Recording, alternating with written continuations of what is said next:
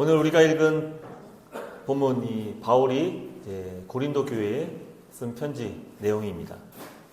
당시 고린도 교회가 어떤 교회였는지를 성경의 내용을 근거로 잠깐 정리해 보자면은, 먼저 고린도 교회는 예배 때마다 이제 성도들이 유창한 방언 기도를 했습니다. 또 어떤 성도는 하나님의 비밀을 말하면서 예언을 하기도 했습니다.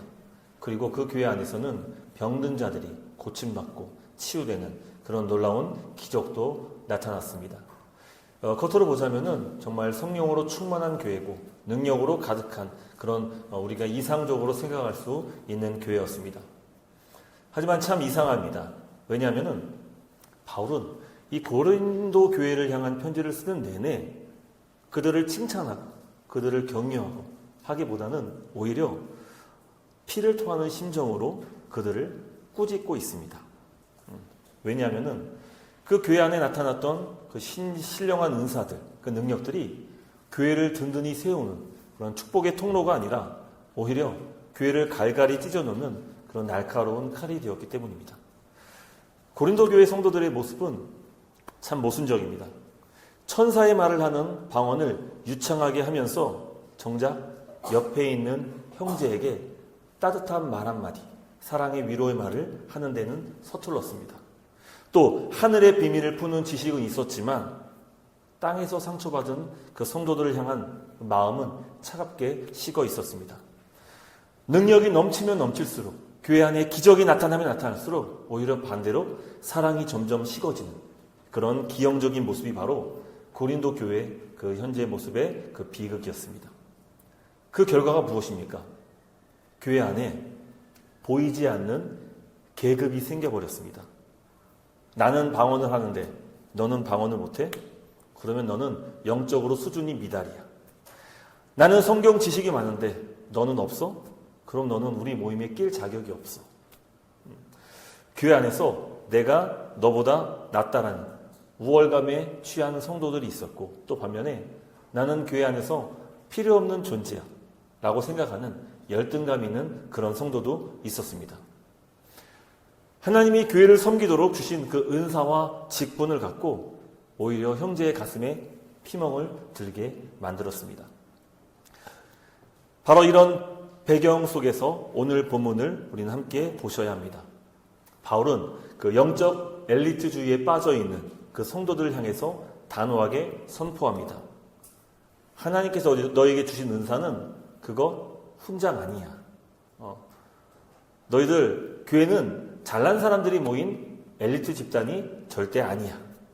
그러면서 바울은 정말 가슴 속에서 진심을 다해서 얘기하고 싶었던 그 진리를 오늘 본문 안에서 선포하고 있는데, 바로 27절 말씀, 교회는 그리스도의 몸이며 교회는 그리스도의 몸이며 너희는 그 몸에 붙어있는 지체다.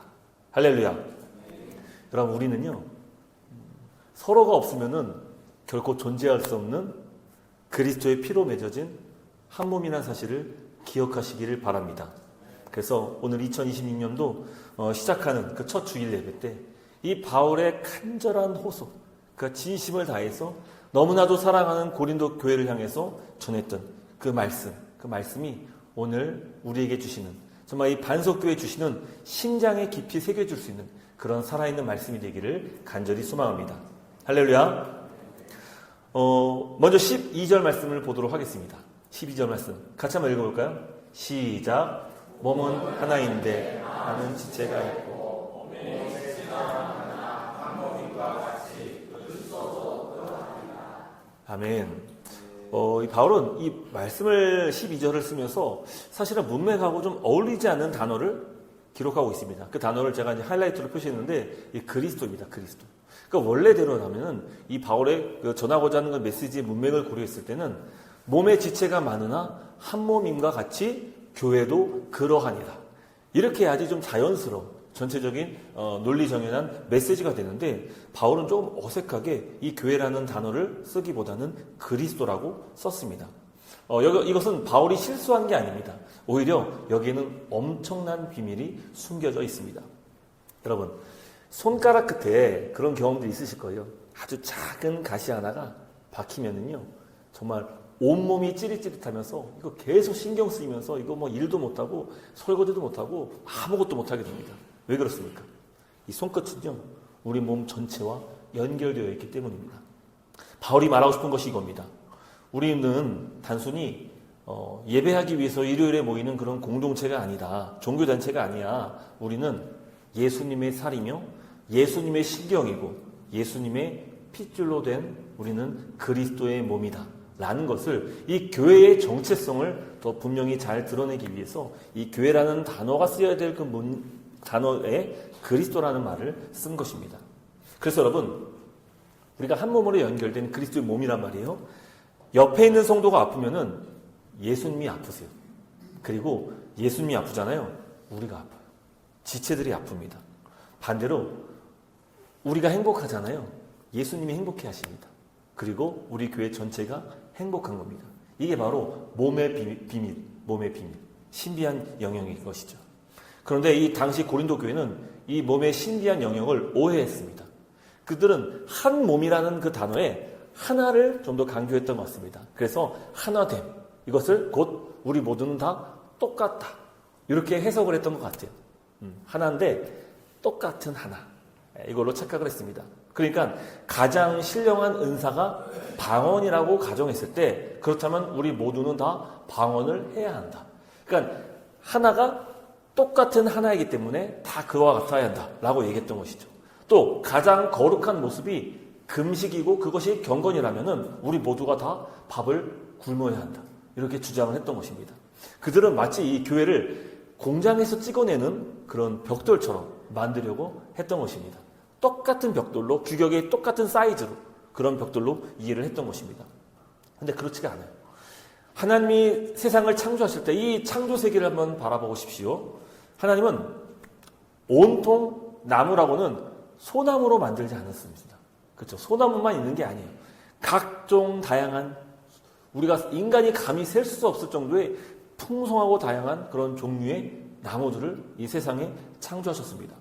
여러분, 똑같은 장미꽃이라 해도요, 그 장미꽃의 색깔도 다르고요, 가시의 개수도 다르고요, 잎사귀의 크기도 다르고요, 다 다릅니다.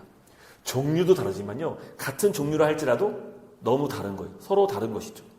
그뿐입니까? 수만 가지 서로 다른 꽃과 나무들이 어우러질 때 비로소 아름다운 생태계가 구성되면서 그 숲을 이룰 수가 있는 것이에요.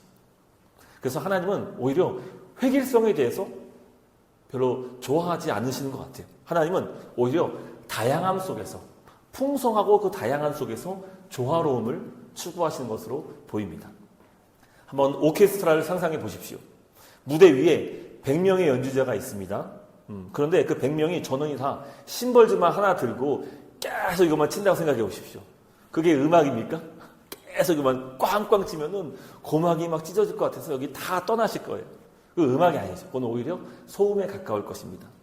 근데 이 고린도 교회의 비극이 바로 이와 같았다는 것이에요. 모두가 다 튀는 악기 소리가 되려 했어요.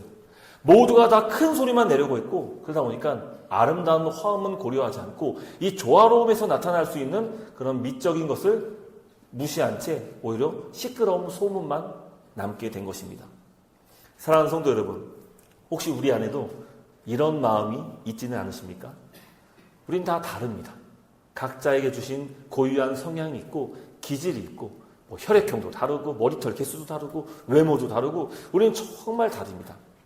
심지어 신앙생활하는 그 모습도 다릅니다.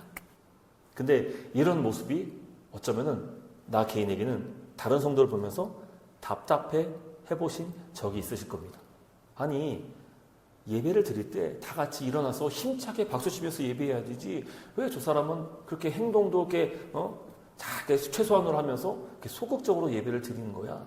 좀 힘차게 기도하고 소리도 크게 내면서 좀 그렇게 기도해야 되지, 왜 저 사람은 맨날 침묵으로만 기도하는 거야? 저 집사님은 왜 찬양을 할 때 입을 좀 뻥긋뻥긋 크게 부르지 않는 거야? 이런 모습이 우리 안에 있을 수 있다는 것입니다. 나와 다르다는 이유로, 특별히 이것이 신앙생활의 모습, 그 모습 속에서 나와 다르다는 이유로 불편하거나 아니면 오해했던 그런 일들이 있었다는 것입니다. 그러나 오늘 말씀을 통해서 우리는 시각을 조금 바꾸셔야 됩니다. 하나님은 분명한 사실은 우리 모두를 각기 다른 모습으로 창조하셨다는 것입니다. 할렐루야. 물론 우리는 그 근원은 하나님의 형상대로 지음바된 존재들이지만, 근데 똑같은 획일성을 가진 공장의 제품이 아니라 하나하나 예술 작품으로 정말 세상에 단 하나밖에 없는 명작으로 하나님께서 창조하셨다는 사실입니다. 그래서 여러분, 우리는 각기 다른 모양으로 빚어졌다는 사실을 기억하셔야 됩니다. 그러니까 우리 반석교회 안에는 어떤 분들은 이 비전을 볼 수 있는 눈을 가진 그런 분들이 계십니다. 또 굳은 일을 마다하지 않는 손과 같은 그런 분들도 분명히 계십니다. 또 필요합니다. 그리고 보이지 않는 곳에서 무릎으로 버티는 다리처럼 튼튼한 다리와 같은 역할을 하시는 그런 분들이 계셔야 교회가 서 있을 수 있는 것입니다. 기억하십시오. 나와 다르다는 것은 틀린 게 아닙니다. 저분이 나와 다르기 때문에 오히려 저분 때문에 나의 부족함이 채워지는 것입니다. 할렐루야. 오늘 이 시간 내 옆에 있는 사람들을 보면서 이렇게 인사를 한번 해볼까요? 성도님이 나와 달라서 다행입니다. 옆 사람에게 이렇게 인사해 주세요. 네, 또 성도님 덕분에 우리가 온전합니다. 네. 네, 다르기 때문에 오히려 그것이 풍성함을 이룰 수 있고 조화를 이룰 수 있고요, 결점됨이 사라질 수 있는 것입니다. 이 고백이 회복될 때 우리 교회는 진정한 그리스도의 몸으로 다시 태어나게 될 줄 믿습니다. 할렐루야. 사랑하는 성도 여러분, 앞서 우리는 서로 다르다고 이야기했습니다. 역할도 다르고요, 각자 주신 은사와 직분도 다릅니다. 그러니까 주님께서 이 교회를 운영하실 때, 이 교회를 다스리실 때에 똑같은 사람, 다 똑같은 일들을 맡기거나 똑같은 직분을 주신 것이 아니라 각각 다른 은사와 직분을 주셨다는 것입니다. 이것이 이제 분명히 머리로는 이해가 되는데, 근데 정작 마음으로는 잘 안 받아들여질 수 있습니다. 왠지 아십니까? 우리 마음속에는요, 서로 비교의식이 있기 때문이에요. 그러니까 우리 안에는요, 나의 가진 것을 보면서 감사하기보다는 다른 사람이 가진 것을 더 주목하고 집중할 때가 때로 있다는 것이, 그러므로 자연스럽게 비교가 나타나게 되는 것이죠. 그러니까 우리 아들이 엄마 나 이번에 90점 받아왔어. 그러면은 줬잖아요. 90 얼마나 대단해요. 근데 그럼 옆집에는 몇 점 맞았니? 이게 우리의 그게 본연의 모습인 거예요. 그러니까 옆집이 궁금한 거예요. 저 집사님 아들이 궁금한 거예요. 우리 아들 90점 맞으면 대단한 건데. 할렐루야. 할렐루야. 90점 좀 모자릅니까? 네. 우리 또 찬양팀을 예로 한번 들어봅시다. 앞에서 마이크를 잡고 우리 노래하시는 우리 목사님 인도자, 그리고 우리 찬양하시는 우리 악기 봉사자들, 이렇게 많은 사람들 앞에서 이렇게 찬양하시면서 또 정말 귀한 일들을 감당하고 계십니다. 근데요, 이 찬양팀 가운데는요, 뒤에서 묵묵히 보이지 않는 곳에서 수고하시는 이 자막을 넘기시는 목사님도 계시다는 것이에요. 여러분, 한 번이라도 그쪽 주목을 해보신 적 있으십니까? 지금 한번 살짝 볼까요? 이렇게 보이지 않는 곳에서 우리들이 찬양을 원활하게 할 수 있도록 도우시는 우리 또 집사님이 계시다는 거예요. 자막을 넘겨주시는 것이죠. 근데 참 그래요. 이게 화면이 잘 나오면은 그 본전이고, 아까도 예배 찬양할 때에 가사가 좀 안 나오면은 다들 이제 눈총을 하죠. 왜 저러는 거야? 이렇게 눈총을, 왜 안 나오는 거야? 이러면 안 되는 거예요. 이러면 안 되는 거예요. 아무도 주목해주지 않으면서, 그것도 속상한데, 그거 좀 실수 좀 약간 타이밍 못 맞췄다고 자꾸 이렇게 하면은 그거 안 되는 거예요, 여러분. 봉사하는 그런 분들 가운데는요, 보이는 곳에서 애써주시는 분들도 있지만 또 보이지 않는 곳에서 애써주시는 분도 있다는 것입니다. 자, 그렇다면 여러분들은 어떻습니까? 여러분들은 교회 안에서 어떤 역할을 맡으셨습니까? 이렇게 생각할 수 있어요. 저 사람은 저렇게 하나님께 귀하게 쓰임받는데 나는 별로 중요하지 않은 사람 같다. 이런 사람 생각하시는 분들도 있다는 것입니다. 바로 이런 마음 때문에 그 본문 18절 말씀이 우리의 마음을 붙잡아줍니다. 같이 한번 읽어볼까요? 시작. 그러나 이제 하나님이 그 원하시는 대로 지체를 각각 몸에 두셨으니, 아멘. 여기서 밑줄을 그어야 할 단어는 두셨음입니다. 두셨습니다. 이 단어는 헬라어로 에테토라고 하는데요. 이거는 그냥 물건을 그냥 아무렇게나 배치를 하거나 이렇게 아무렇게나 던져가지고 그게 아니라 아주 전략적으로 꼼꼼하게 배치를 한 것을 가리키고 있는 것입니다. 근데 누가 이렇게 배치했다는 거예요? 하나님께서 이 교회를 온전히 이루도록 각각에게 은사를 따로 주셨고, 각각에게 꼭 필요한 곳에 자리를 배치해 주셨다는 것입니다. 할렐루야. 이 말은 여러분, 위대한 건축가가 설계 도면을 펴놓고, 자, 그래, 이 건물을 튼튼하게 지으려면은 여기는 이렇게 해야 돼. 이쪽에는 기둥이 이렇게 있어야 돼. 자, 이쪽에는 창문이 있어야 돼. 아주 전략적으로 이 건물이 탄탄할 수 있도록, 무너지지 않도록, 폭풍이나 태풍이 오더라도 결코 훼손되지 않도록 아주 심혈을 기울여가지고 전략적으로 딱 배치를 했다는 그런 의미와 같다는 것이. 근데 하나님께서, 물론 이 성경을 보면은 교회를 건물로 비유할 때가 종종 있습니다. 근데 하나님께서 이 교회를 지으실 때 마치 건축가처럼 하나하나 꼭 필요한 자리에다가 딱딱딱딱 배치를 하셔가지고 이 교회가 무너지지 않도록 딱 만드셨다는 것입니다. 그러니까 이 모든 것 가운데는 하나님의 주권적인 역사와 섭리가 있다는 사실을 여러분 기억하시기를 주의 이름으로 축복합니다. 여러분, 지금 서 계신 자리, 때로는 남들이 잘 몰라주는 그런 봉사이고 또 직분일 수 있어요. 또 혹은 아무도 모르게 기도해야 되기 때문에 외로운 자리일 수도 있습니다. 그런데 그 자리는 여러분들이 그냥 사람들에게, 재능 있는 사람들에게 떠밀려가지고 그곳에 계신 것이 아니라 오히려 하나님께서 정말 우리에게 딱 맞는 그 자리를 배치해 주셨다는 것을 여러분 기억하셔야 된다는 것입니다. 만물을 창조하실 때 그분은 하나도 빈틈이 없이 다 세상을 창조하셨습니다. 그래서 그분이 만드신 그 원형의 모습 그대로가 이 세상에 가장 충만한 하나님의 은혜가 가득한 그 상태인 거예요. 근데 문제는 죄로 오염된 인간이 그것을 하나둘씩 파괴함으로써 이 자연이 훼손되고 그로 말미암아 여러 가지 재해들, 그런 각종 그런 오염들, 이런 일들이 발생하는 것이죠. 그래서 원래 하나님께서 창조하시고 원래 하나님께서 배치해 놓은 그 상태가 가장 온전하고 완전한 상태라면은 이것을 교회로 봤을 때, 이 교회적인 측면으로 봤을 때도 마찬가지인 것입니다. 우리의 머리가 되신 예수 그리스도께서 그분이 각 지체들을, 이 사람은 눈의 역할, 이 사람은 코의 역할, 이 사람은 손의 역할을, 발의 역할을, 어떤 분들은 또 심장의 역할을, 어떤 분들은 무슨 역할을 다 이렇게 배치하셨다면은 그 모습, 그 배치에서 내가 살아가고 그 있는 자리에서 내가 주님께 충성을 다할 때 우리 교회 그리스도 안에서 한 몸은 건강하고 가장 온전하고 완전할 수 있다는 사실입니다. 할렐루야. 그래서 여러분들이 지금 지난주에 그 재직 명단 그 표를 보면서 어떻게 목사님은 참 보는 안목이 좀 부족하시네요. 어떻게 나를 여기다가 배치할 수가 있어? 어떻게 나를 제외시킬 수가 있어?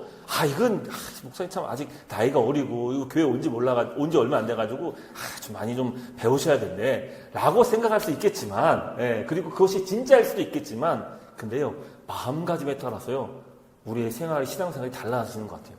이것을 목사님이 실수로 정해졌다 해가지고 생각하고 한 해를 시작하고 봉사하잖아요. 그러면 한 해 1년 내내 마음이 불편하고요. 막 저를 볼 때마다 괜히 그냥 눈살을 한번 찌푸리게 되고, 막 그렇게 되는 거예요. 근데 이것을 마음을 달리 하셔가지고, 그래, 하나님께서 이 자리는 내가 꼭 필요하니까 나를 여기에다가 배치하셨구나.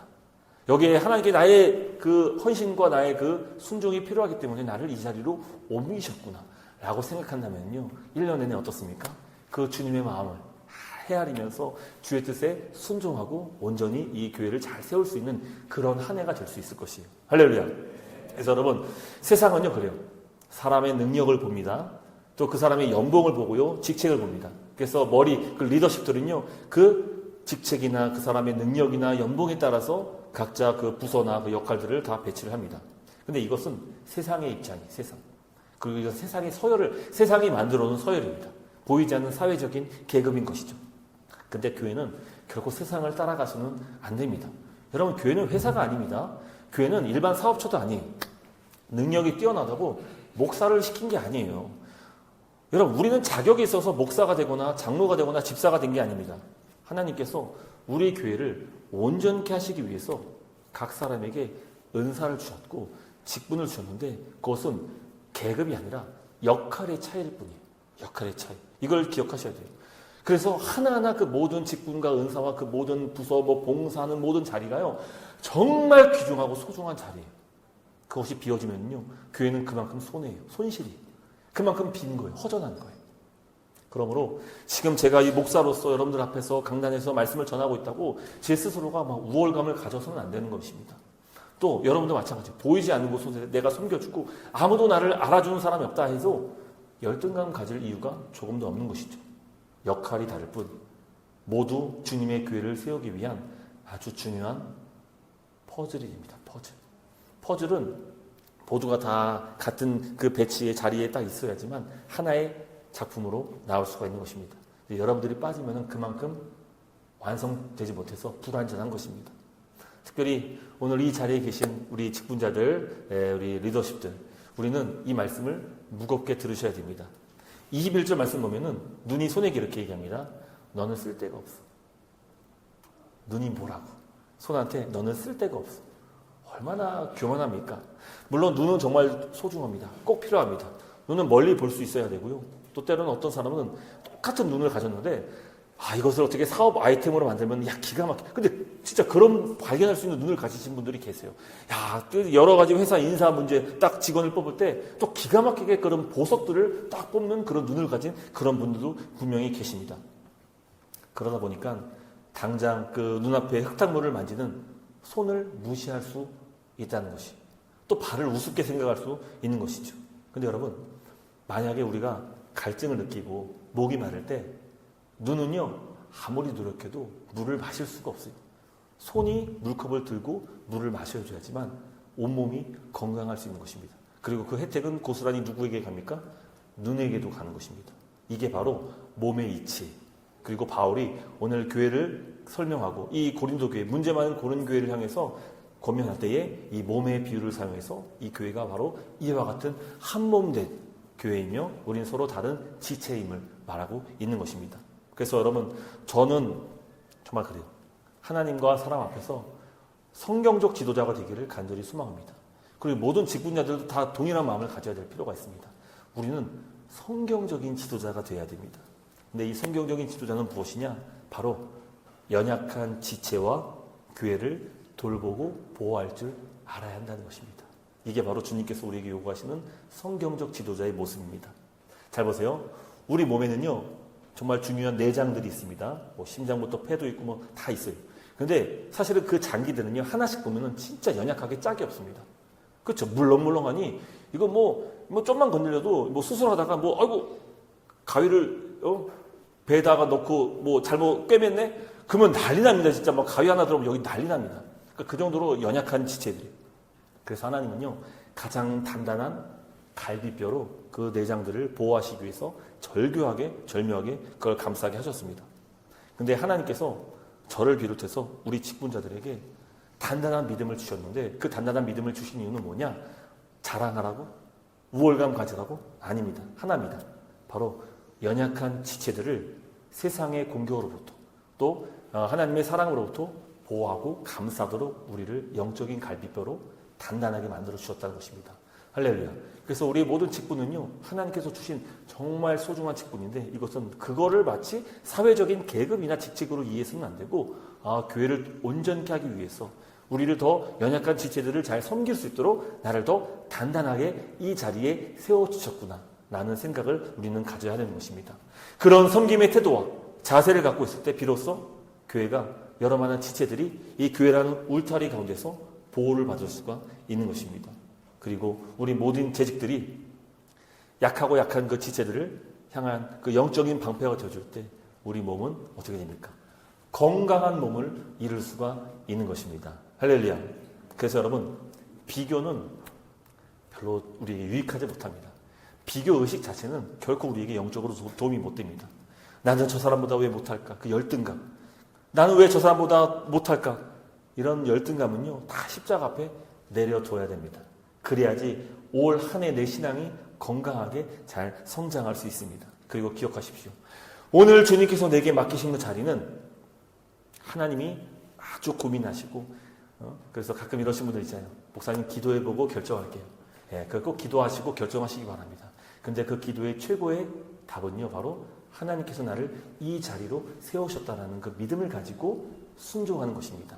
그럼 여러분, 우리는 반드시 기억해야 돼요. 이 모든 것은 우연이 없어요. 사람이 실수해도요, 하나님이 실수로 그걸 내버려 두지 않으세요. 왜 그렇습니까? 교회는 주님의 그리스도의 몸된 교회예요. 이 교회를 위해서 예수님께서 피값으로, 자기 피값으로 세우신 교회란 말이에요. 그래서 예수님이요, 오히려 이 교회가 아파하고 상처받고 이 교회가 휘둘리는 것을 원치 않으세요. 그래서 사람의 실수를 변화해서 오히려 더 강하게 만드시는 것이 바로 우리 주님의 놀라우신 은혜임을 기억하시는 저와 여러분 될 수 있기를 주님의 이름으로 축복합니다. 우리는 하나님이 각자를 아주 알맞은 자리에 배치하셨음을 알아야 됩니다. 자, 그렇다면 이제 질문이 생깁니다. 도대체 왜 하나님은 이렇게 다양한 사람들을 한 교회에 섞어 넣으셨을까? 그냥 비슷한 사람끼리 서로 말 잘 통하는 사람들끼리 모아놓으면 싸울 일도 없고 편할 텐데 왜 하나님께서는 이렇게 서로 다른 사람들을 만나게 하셨을까요? 자, 24절 말씀 하반부를 보면은 오직 하나님이 몸을 고르게 하여 라고 말씀하십니다. 고르게 하여. 이 고르게 하여 이 단어는요, 조화롭게 섞으셨다는 그런 뜻을 갖고 있습니다. 아주 조화롭게 섞으셨다는 거예요. 섞으셨대요. 그 이유가 무엇입니까? 25절 말씀인데요. 여러 지체가 서로 같이 돌보게 하셨느니라. 하나님이 우리를 서로 경쟁자로 부르신 게 아니에요. 서로 기대어 살라고, 서로 의지하라고, 서로 섞어 놓으신 것입니다. 할렐루야. 제가 부임하고 나서 들은 이야기 중에 정말 감동적인 이야기가 있어가지고 우리 성도님들 중에 이제 한국으로 이제 7호차 한국에 계신 그런 분들이 계십니다. 참 그래요. 이 반동 땅에 가까운 곳에 이제 병원에 계시다면은 좀 찾아갈 수 있고, 가서 기도도 해줄 수 있고, 또 신방도 할 수 있는데, 멀리 계셔가지고 좀 그러지 못한 것이 참 안타깝습니다. 그런데 한국에 출타하신 성도님들께서 그 한국이라고 또 뭐 가깝습니까? 뭐 서울과 부산, 뭐 대구 다 멀잖아요. 근데 그 먼 거리를 마다하지 않고 병문안을 가셨다는 이야기를 제가 들었습니다. 근데 그것도 한두 분이 아니라 여러 분들께서 또 여러 차례 방문을 해 주셨다고 제가 들었습니다. 왜 그렇습니까? 내 사랑하는 지체가 아프니까 이 아픔을 마치 내가 아픈 것처럼 함께 아파할 수 있는 것입니다. 손을 같이 잡아주고 먼 거리를 와서 같이 울어주고 함께 기도해 줄 수 있는 것. 여러분, 이것이 아무것도 아닐 수 있습니다. 또 뭐 의사가 아니기 때문에 저희가 뭐 어떤 도움을 줄 수 있겠습니까? 근데 우리 교회는요, 한 몸 된 교회 지체라면은요, 이 서로의 위로와 또 잡아준 그 따스한 손길로 인해서 큰 위로를 얻게 되는 것이, 큰 위로를 얻게 되는 것이죠. 함께 울어주고 또 먹을 수 있도록 죽도 끓여다 주고 반찬도 해주시고. 근데 제가 그 이야기를 전해 듣고는 참 너무 감사했어요. 우리 교회 안에 이와 같은 따뜻한 사랑이 있구나, 한 몸으로 살아가고 있구나 라는 것에 정말 깊은 감사를 드렸습니다. 26절 말씀 보면은 한 지체가 영광을 얻으면 모든 지체가 함께 즐거워한다라고 말씀합니다. 여러분, 우는 사람과 함께 같이 울어주는 것도 정말 소중한 일입니다. 근데 또 오늘 말씀 보니까 기뻐하는 사람, 같이 기뻐할 때 함께 기뻐해주고 웃을 수 있는 것도 정말 중요하다고 주님께서 말씀하십니다. 근데 우리는 이 참 본능적으로 이 죄된 본성을 가진 우리로서 이게 참 잘 안 되는 것 같아요. 이런 속담이 있잖아요. 사촌이 땅을 사면 어디가 아픕니까? 배가 아파요. 이상하게 배가 아파요. 배알이 꼴린다고 해야 되나요? 이상하게 배가 아픕니다. 모르겠어요. 요새는 사촌도 너무 경기가 안 좋아가지고 땅을 살 능력이 있는지 모르겠지만 누가 잘 되면 참 마음이 참 씁쓸할 때가 있습니다. 그래서 옆집 자녀가 좋은 대학에 들어가면요, 내 자식이 들어간 것처럼 함께 기뻐하고 축하해 줄 수 있는 마음이 우리에게는 조금 부족할 수 있는 것 같아요. 또 옆집 사업이 대박이 나면은 왠지 나는 그 사람과 비교했을 때 좀 초라해 보여가지고 이게 막 시기심이 생기기도 합니다. 근데 여러분, 이건 자연스러운 우리의 본질이에요. 본성이에요. 그러니까 이걸 너무 우리에게 난 어떻게 이럴 수가 있어 막 한탄하는 것이 아니라 우리 인정할 필요가 있습니다. 우리 그만큼 연약해요. 우리는 내가 잘 되기에 원하고 내가 앞서 나가기 원하지, 누가 나보다 치고 나가면 그거에 대해서 불안감을 가지고 있는 것이 우리의 본성입니다. 근데 이런 본성이 교회에 와서는 어떻게 바뀌게 됩니까? 우리는 그리스도 안에서 한 몸이다, 한 가족이다, 이런 마음가짐으로 바뀌어가는 거예요. 왜 그렇습니까? 이 교회 안에는 그리스도의 사랑이 있기 때문입니다. 할렐루야. 그리스도의 사랑이 있기 때문에 내 지체가 잘 되는 것을 보면서 함께 웃어줄 수 있고 함께 기뻐할 수 있는 거예요. 우리가 세상에 나가서는 너무 각박한 사회에 살다 보니까 우리가 그렇게 마음껏 축하해 줄 수는 없겠지만, 근데 교회 안에서는 우리 서로가 정말 주님께서 피로 사신 한 몸 지체라는 것을 믿기 때문에 함께 같이 즐거워할 수 있고, 함께 아픈 일이 있을 때에 진정으로 손을 잡아줄 수 있는 것입니다. 그렇죠? 우리가 고기를 먹을 때 어떻습니까? 고기 먹는다고 입만 즐겁습니까? 입만 행복합니까? 그렇지 않지요. 뇌도 즐거워하고 위장도 즐거워하고 온몸이 다 힘을 얻을 수 있는 것입니다. 또 발이 아주 시원한 차가운 그런 계곡에 딱 들어갔을 때 계곡물에 발만 차갑습니까? 아니 우리 온몸 전체가 다 시원해지는 것입니다. 이게 바로 몸의 특징이고 몸이 가진 신비의 신비. 그리고 주님께서 특별히 바울을 통해서 우리에게 말씀하신 거예요. 너희는 그리스도의 몸이다. 할렐루야. 한번 저를 한번 따라 하시겠습니까? 우리는 그리스도의 몸이다. 이게 바로 주님께서 이 교회를 세우시고 운영해 가시는 놀라운 신비입니다. 할렐루야. 말씀 맺도록 하겠습니다. 우리 2026년도에 우리 반석교회가 이 같은 꿈을 함께 꾸기를 원합니다. 누군가 잘 되었을 때 서로 눈치 보지 않고 마음껏 기뻐하고 또 자랑하도록 내버려 둘 수 있는 그런 교회. 할렐루야. 그래서 여러분 자랑도 참 이게 눈치 보여가지고 잘 못합니다. 아유 또 옆 사람 좀 잘하면 되고 어려운데 이게 내 자랑 같아가지고 괜히 그것도 겸언 적고 좀 그럴 때가 있어요. 근데 여러분 서로가 다 이해할 수 있고 우리가 한 몸이라면 자랑할 때 자랑하도록 둡시다 좀. 예? 좀 그 자랑 좀 들어줍시다. 뭐 얼마나 자랑하는지 한번 들어줍시다. 예? 얼마나 좋은 일이길래. 그리고 바라건대 함께 기뻐했으면 좋겠습니다. 할렐루야.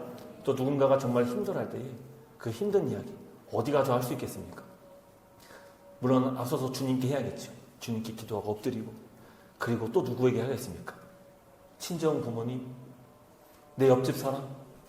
저는 그 가장 힘들 때 나에게 이야기해 주실 수 있는 대상이 우리가 되었으면 좋겠습니다. 할렐루야. 우리의 구역의 구역장이 되었으면 좋겠고요. 권찰님이 되었으면 좋겠고요. 우리의 구역원들이 되었으면 좋겠어요. 그 구역 안에서 함께 이런 일이 있을 때 저를 위해서 기도해 주세요. 여러분 기도 부탁도요 쉽게 하지 못합니다.